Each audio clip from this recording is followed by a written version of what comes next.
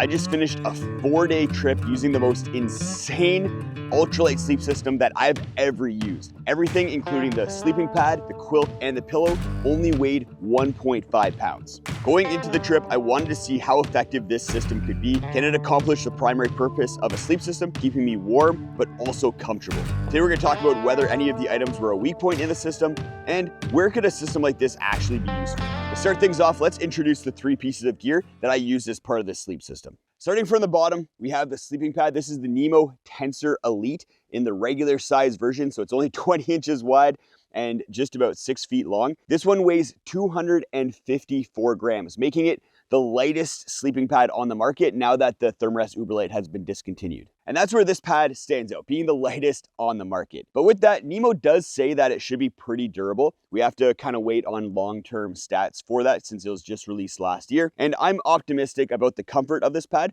especially for a super ultralight pad. But the question marks of this pad also have to do with where it stands out. The durability is a big question mark, as well as the comfort. Is 20 inches wide enough to actually keep you comfortable? I've been using 25-inch wide pads for the last handful of years and find those very comfortable. And how is the pressure relief of the Nemo Tensor Elite, especially when compared to the other Nemo pads and maybe some of the other more ultralight pads on the market? And then finally, is this pad warm enough? Is the R value of 2.4 enough to keep you warm down to freezing? On this trip, I was able to find that out. For top insulation, we have the Z-Pax Solo Quilt. I have the 30-degree Fahrenheit version here in a regular size, and it weighs 430 grams.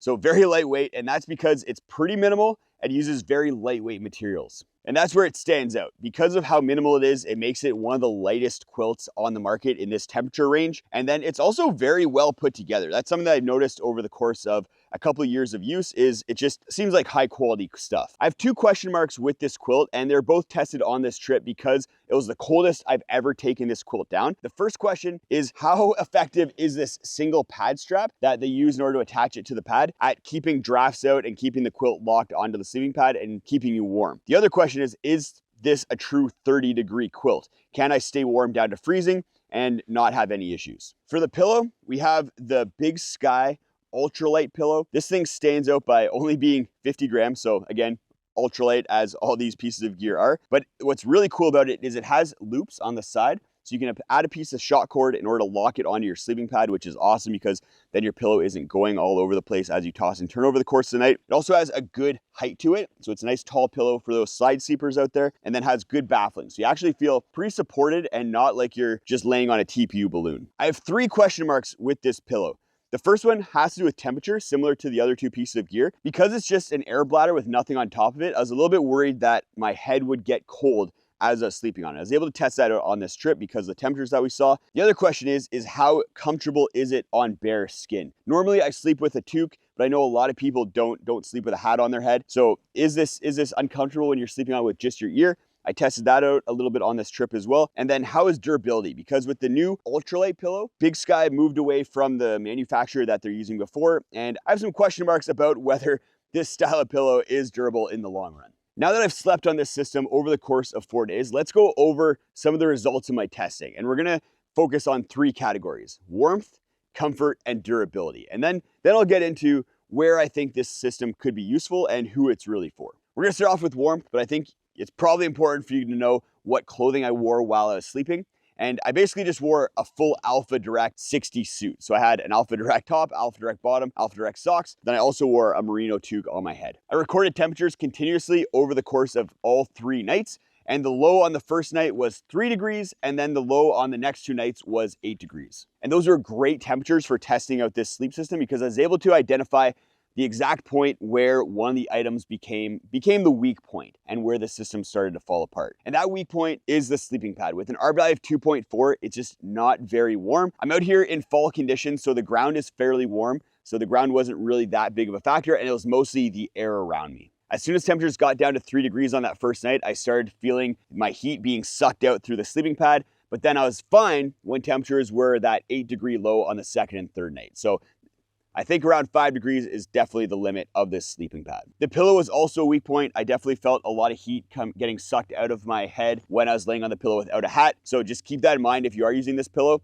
It's not necessarily a cold weather pillow. The standout item for warmth is the quilt. I think this is a true 30-degree quilt. I do sleep a little bit warm, so if you do sleep on the colder side, then you might want to give yourself a little bit more of a buffer room. But the quilt does have a neck snap, so you can snap it around your neck and then cinch it down using here, so you can really close off drafts around your neck and shoulders. And then, like I was talking about before, it does have a single pad strap on here, so you can close it off to drafts. I had a little bit of a learning curve with that on the first night, even though I have used this quilt before. The important aspect with using the pad strap is to make sure that it's kind of right around where your armpit or nipples are. Kind of having it right in there is the spot in order to make sure that you're sealing drafts out as best as possible. If you have it a little bit too high or a little bit too low on the pad like I had it, then it's not going to be as effective as sealing out drafts. So what I found on that first night is that I had it in the wrong position, so that when I kind of turned over, I did create a gap between the pad and the quilt, and that created some drafts and I got a little bit cold. But on the second and third nights, I had it locked down a lot better. I had the snaps more underneath the pad as well, so it kept the quilt just really locked on and I didn't feel any drafts. For comfort, there wasn't really that much of a weak point, which I was a little bit surprised about. If anything, maybe the sleeping pad is a bit of a comfort weak point just because of the 20-inch width. It is a lot nicer to have a 25-inch wide pad, especially if you sleep on your back, your arms don't fall off the pad. But I sleep on my side most of the time, and I didn't really find the 20 inches to be that big of a deal. So if that is a deal breaker for you and you're about my size, 5'10", 180 pounds or smaller, then the 20-inch, it's gonna be okay. It's gonna get the job done. Something that I noticed with the Nemo Tensor Elite relative to the other Nemo Tensor pads is because it uses a thinner material, that material has a little bit more give and kind of springiness to it, which I found made a big difference for pressure relief. This pad actually has a decent amount of pressure relief for being what it is. The standout feature for comfort, again, was the quilt, because I can just toss and turn underneath quilts very easily. I don't get all tangled up and kind of twisted like I do with sleeping bags. And it's just, yeah, very, very comfortable, effective at allowing me to toss and turn underneath, even in that regular size.